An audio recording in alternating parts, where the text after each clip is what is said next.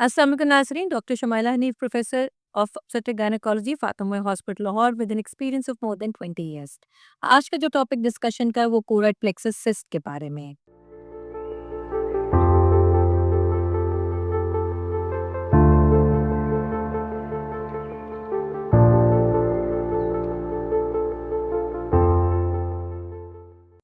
कभी कभी ऐसा होता है कि खवातीन प्रेगनेंसी में जब अपना एनॉमली स्कैन कराती हैं जो कि 18 से 22 हफ्ते के बीच में होता है, तो कभी कभी बच्चे के ब्रेन के अंदर एक सिस्ट का जिक्र किया जाता है जिसका नाम होता है कोराइड प्लेक्सस सिस्ट। आज हम ये बात करेंगे कि कोराइड प्लेक्सस सिस्ट क्या चीज़ है, इसका क्या सिग्निफिकेंस है, क्या इसकी प्रेजेंस में मिसकैरेज होने का चांस ज़्यादा है, या कि इसकी प्रेजेंस में बच्चे की ब्रेन डेवलपमेंट में कोई प्रॉब्लम है, या बच्चे का पैदाइश के बाद आईक्यू में डेवलपमेंट में कोई प्रॉब्लम होने का चांस है या नहीं। इन सारे सवालात का आज हम जवाब देंगे। सबसे पहले हम ये जानेंगे कि कोराइड प्लेक्सस क्या होता है। इंसान का ब्रेन जो एक बहुत ही इम्पोर्टेंट ऑर्गन है और एक बहुत ही नाजुक ऑर्गन है, इसको नेचर ने प्रोटेक्ट किया हुआ है और प्रोटेक्शन के लिए ब्रेन के अराउंड बोनी स्कल है ताकि इसको बाहर से कोई चोट ना लगे। इसके अंदर एक फ्लूइड होता है जिसको हम सेरेब्रोस्पाइनल फ्लूइड कहते हैं, ताकि कोई भी झटका लगे तो ब्रेन को कोई नुकसान ना हो। ये एक शॉक अब्जॉर्बर के तौर पे जो प्रोटेक्ट करता है। जो सेरेब्रोस्पाइनल फ्लूइड है ये ब्रेन और स्पाइनल कॉर्ड के अंदर फिरता है, और ये जो सीएसएफ है ये ब्रेन के अंदर स्पेशल एक जगह होती है जिसको हम लैटरल वेंट्रिकल्स कहते हैं, उधर से ये रिलीज होता है। फीटल डेवलपमेंट के अंदर, यानी कि जब माँ के पेट में बच्चा डेवलप हो रहा होता है और जब ब्रेन डेवलप हो रहा होता है, तो इन लैटरल वेंट्रिकल्स जो कि हर इंसान के अंदर, हर बच्चे के अंदर दो लैटरल वेंट्रिकल्स हैं, राइट और लेफ्ट। इसके अंदर ये ग्लैंड्स होते हैं जिसको हम कहते हैं कोराइड प्लेक्सस ग्लैंड, और ये ग्लैंड्स जो है सेरेब्रोस्पाइनल फ्लूइड बनाते हैं। कई दफ़ा डेवलपमेंट के दौरान ये जो फ्लूइड बनता है इसका बबल कलेक्शन के तौर पे ये सिस्ट के ज़ाहिर होती है जिसको हम से कोराइड प्लेक्सस सिस्ट कहते हैं।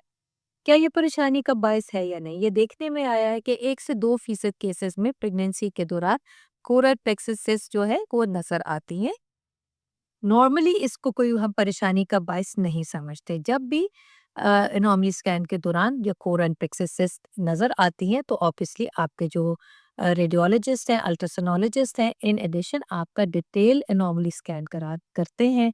बच्चे के अंदर बाकी ऑर्गन्स को चेक करते हैं कि कोई और एब्नॉर्मैलिटी है या नहीं, यानी कि कोई इंटेस्टाइन में प्रॉब्लम, किडनी की कोई डेवलपमेंटल डिफेक्ट, हार्ट का कोई डेवलपमेंटल डिफेक्ट या ब्रेन का कोई और डेवलपमेंटल डिफेक्ट, ये सब कुछ वो देखते हैं।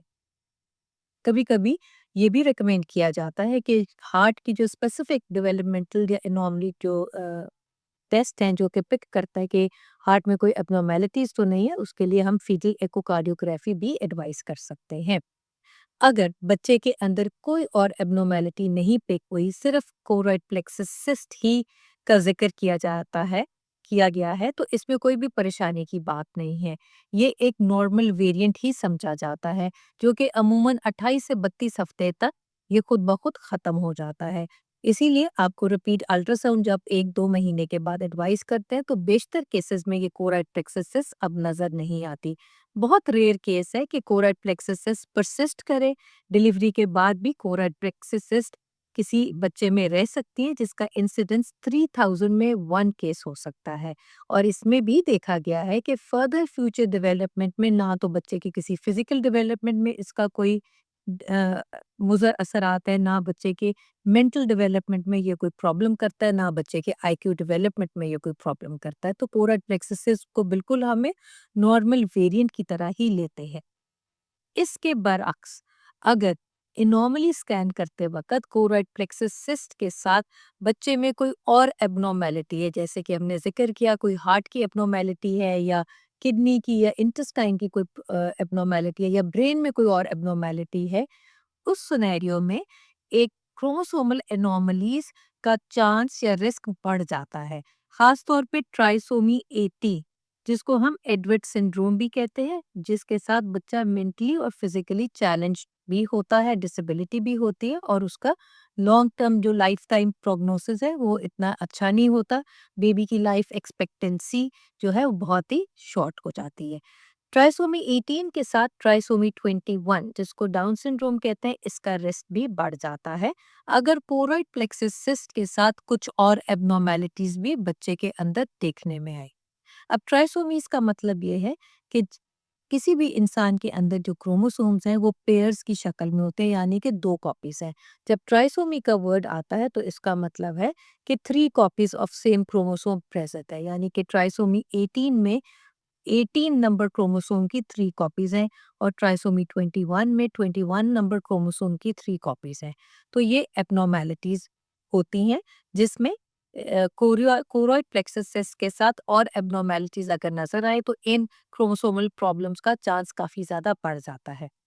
इस सिनेरियो में आपके डॉक्टर आपको क्या एडवाइस करते हैं?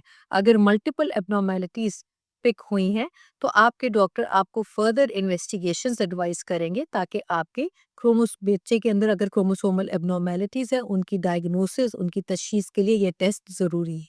उसमें नंबर 1 टेस्ट ऑप्शन है निप्ट, NIPT, जिसको हम कहते हैं नॉन इन्वेसिव प्रीनेटल टेस्ट। इस टेस्ट को लिए मदर का ब्लड लिया जाता है और मदर के ब्लड के अंदर बच्चे के सेल्स भी फिर रहे होते हैं और उन बच्चों के सेल्स को, फीटल सेल्स को लेके उनका क्रोमोसोमल एनालिसिस किया जाता है। अगर कहीं निप्ट की फैसिलिटीज अवेलेबल नहीं है तो उस सूरत में आपके डॉक्टर आपको एमनियोसेंटेसिस की राय देते हैं। एमनियोसेंटेसिस भी एक ऐसा इन्वेस्टिगेशन, इन्वेसिव इन्वेस्टिगेशन है जिसमें अल्ट्रासाउंड के जरिए बच्चे के इर्द गिर्द जो पानी होता है जिसको हम एमनियोटिक फ्लूइड कहते हैं, एमनियोटिक फ्लूइड को टैप किया जाता है या निकाला जाता है और उसको क्रोमोसोमल एनालिसिस के लिए भेजा जाता है ताकि बच्चे के अंदर अगर कोई क्रोमोसोमल एबनॉर्मेलिटीज है उसकी तशखीस हो सके। तो ये आगे लाइन ऑफ ट्रीटमेंट ऑप्शंस या इन्वेस्टिगेशन ऑप्शंस होती हैं अगर बेबी के अंदर एनोमली स्कैन के अंदर कोरोइड प्लेक्सिस के साथ और एबनॉर्मेलिटीज भी डिटेक्ट हो। So final take home message ये है कि अगर किसी के एनोमली स्कैन के दौरान 18 से 22 हफ्ते के वक्त जो कराया जाता है उसमें अगर बच्चे के अंदर सिर्फ कोराइड प्लेक्सस सिस्ट ही का जिक्र है और बच्चे के अंदर कोई और नुक्स, कोई और एबनॉर्मेलिटी डिटेक्ट नहीं हुई तो ये बहुत अच्छी बात है, बहुत अच्छी बात समझी जाती है। इसमें कोई भी परेशानी की बात नहीं है। ये एक नॉर्मल वेरिएंट लिया जाता है, बच्चे के ऊपर कोई भी एबनॉर्मेलिटी का चांस नहीं है, बच्चे का मिसकैरेज होने का चांस नहीं है, बच्चे की future physical and mental development में कोई भी प्रॉब्लम होने का चांस नहीं है। पर अगर कोरोइड प्लेक्सस सिस्ट के साथ और एबनॉर्मेलिटीज बच्चे के अंदर पिक होती हैं तो उस सिनेरियो में आपके डॉक्टर आपको फर्दर टेस्ट एडवाइस कर सकते हैं जिसको हम निप्ट टेस्ट कहते हैं या एमनियोसेंटेसिस टेस्ट करते हैं कहते हैं, ताकि बच्चे के अंदर जो क्रोमोसोमल एबनॉर्मेलिटीज का चांस बढ़ गया है उसकी डायग्नोसिस हो सके। मैं उम्मीद करती हूँ कि आपके ज़हन में कोरोइड प्लेक्सस सिस्ट की बारे में अगर कोई क्वेरी था तो वो क्लियर हो गया है।